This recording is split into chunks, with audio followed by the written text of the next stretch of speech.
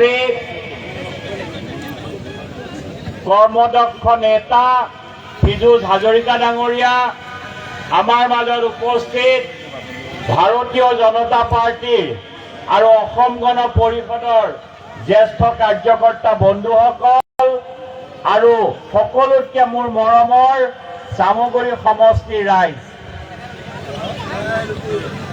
দুয়োটা সমষ্টি ইয়াত আছে, চামগুৰিও আছে, ৰূপহীও আছে, হয়নে নহয়? কাৰণ দুইটা পঞ্চায়ত বৰ্ডাৰ পঞ্চায়ত। সকলোকে মই দেৰিকে হলেও ঈদ আৰু বহাগ বিহুৰ আন্তৰিক শুভেচ্ছা আৰু ওলগ জনালো।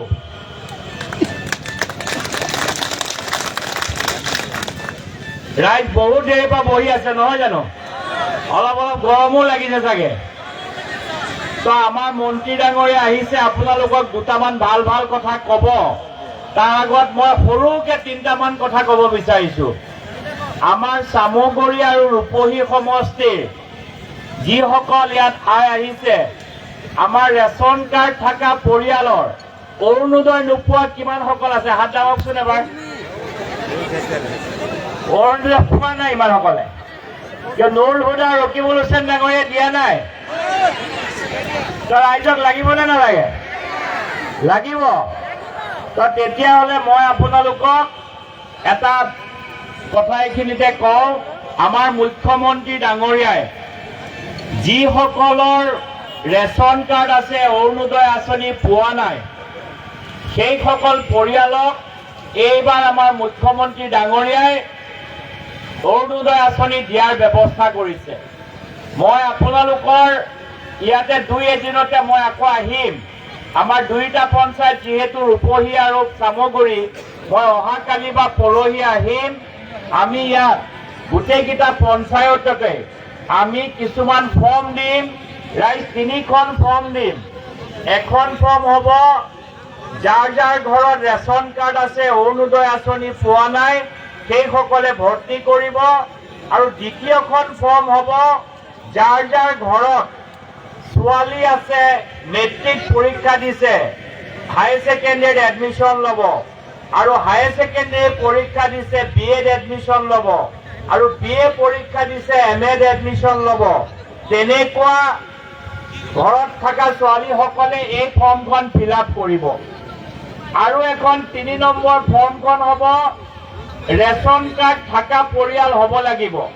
ৰেচন কাৰ্ড থকা পৰিয়ালৰ ঘৰত তেওঁলোকৰ ঘৰৰ মুৰব্বী মানুহজনৰ নামত চৰকাৰে এটা বীমা কৰিব, আৰু এই ইঞ্চুৰেঞ্চটোৰ প্ৰিমিয়াম চৰকাৰে দিব, ৰাইজে একো দিব নালাগে। আমাৰ মুৰব্বী মানুহজনৰ যদি কেতিয়াবা এক্সিডেণ্ট হয় বা কিবা ক্ষেত্ৰত অসুখ হৈ পেলাই হঠাৎ তেখেত ঢুকায়, তেতিয়াহ'লে তেওঁৰ পৰিয়ালটোৱে মানুহজন মৰাৰ পাছত এককালীনভাৱে 2 লাখ টকালৈকে সাহায্য চৰকাৰীভাৱে পাব। আৰু ছেকেণ্ড যিখন ফৰ্ম মই কৈছিলোঁ ছাত্ৰীৰ কাৰণে, মেট্ৰিক পাছ কৰা ছোৱালীজনীয়ে 10,000 টকাকে পাব, হায়াৰ ছেকেণ্ডেৰী পাছ কৰা ছোৱালীগৰাকীয়ে 12,500 টকাকে পাব, আৰু BA পাছ কৰি MAd এডমিশ্যন ল'বলগীয়া ছাত্ৰীগৰাকীয়ে 25,000 টকা পাব। তো মই আশা কৰিম সকলোৱে এইখিনি ফৰ্ম ফিল আপ কৰিব। আৰু অৰুণোদয়টো ৰাইজে জানেই 12,500 টকাকে মাহে মাহে পায়। এতিয়া চৰকাৰে এইটো প্ৰায় 1400 টকাকে মাহে মাহে দিয়াৰ ব্যৱস্থা কৰিছে। এই ফৰ্মখন বিনামূলীয়া, আৰু আপোনালোকৰ পঞ্চায়তত মই নিজে আহিম, এই দুটা পঞ্চায়তলৈ কালি বা পৰহি আহি পঞ্চায়তত কাৰ হাতত ফৰ্মখন দিম মই অহাকালি ঘোষণা কৰিম। আৰু ৰাইজে কিন্তু 22 বা 23 তাৰিখৰ আগত ফৰ্মখিনি ফিল আপ কৰি জমা কৰিব লাগিব। আমি মুখ্যমন্ত্ৰী ডাঙৰীয়াৰ অফিচলৈ পঠাই দিম। মই আশা কৰিছোঁ নিৰ্বাচনৰ পাছত সকলোৱে ভাল খবৰটো পাব। ৰাইজ বুজিছেনে? বুজিছে? ৰাইজ আৰু দুটা মই ভাল খবৰ দিওঁ। ৰেচন কাৰ্ড থকা পৰিয়ালৰ কাৰণে দুটা ভাল খবৰ। এটা হ'ল ৰেচন কাৰ্ড থকা পৰিয়ালৰ মানুহে আমি আগতে যে ফ্ৰী চাউলটো পাই আছিলোঁ কৰোনা বেমাৰৰ সময়ত, কোভিডৰ সময়ত, আমি সকলোৱে ভাবিছিলোঁ যে কৰোনা বেমাৰটো ভাল হৈ গ'ল, চৰকাৰে ফ্ৰী চাউলটো বন্ধ কৰি দিব, হয়নে নহয়? কিন্তু আমি ফ্ৰী চাউলটো পাই আছো নে নাই? আছো।